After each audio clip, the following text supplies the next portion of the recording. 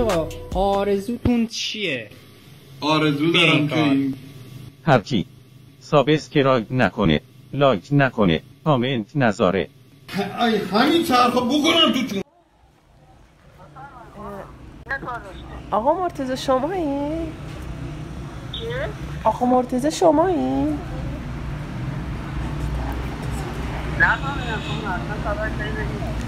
میگم شما آقا مرتضی این؟ آره من آقا مرتضی.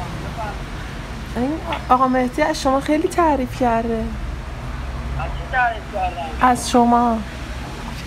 چی؟ از شما خیلی تعریف کرده. از چی تعریف کردم؟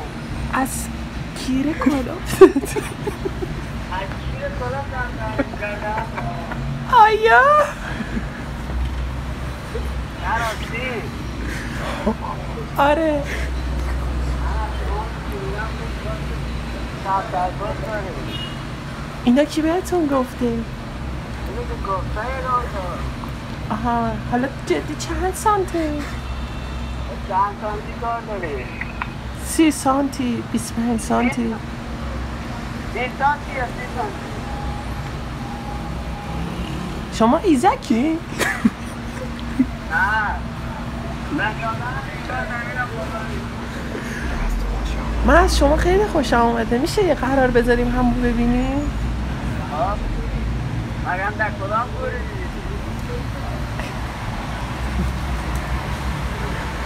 الو؟ مگم در کدام بوری متوجه نمیشم. اصلا گفتم در کدام قبرستانی میره موتی یکی دیگر رو ببینیم. کدوم قبرستون؟ حالا قبرستونش رو شما تعیین کنید. خب من تعیین کنم؟ من که جای خوش ندارم قضا برم. هر جایی که شما تعیین کنید من قبول دارم. خونه مجردی داری؟ آره داره. خب بیام از اونجا همو ببینیم. مگم شما کجا میشینید؟ من سمت تهران پارسم. تهران پارس؟ اون کجا میشه دیگه؟ اون یه ذره دورتر از نزدیک صادقیه. نزدیک صادقیه؟ آره. خب من الان صادقیه. الان شما صادقیه این؟ آره. کجای صادقیه این؟ بیان ببینم اتون. فلکه اول بیشه دارم بود.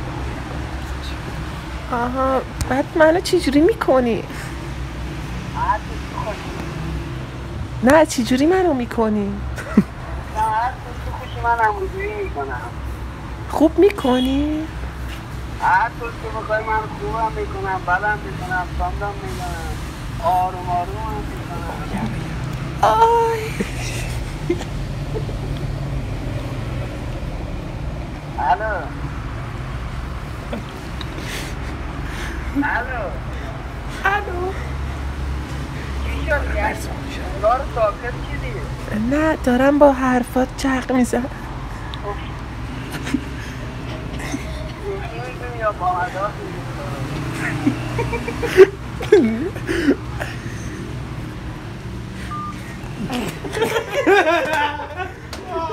خیلی خوب بود.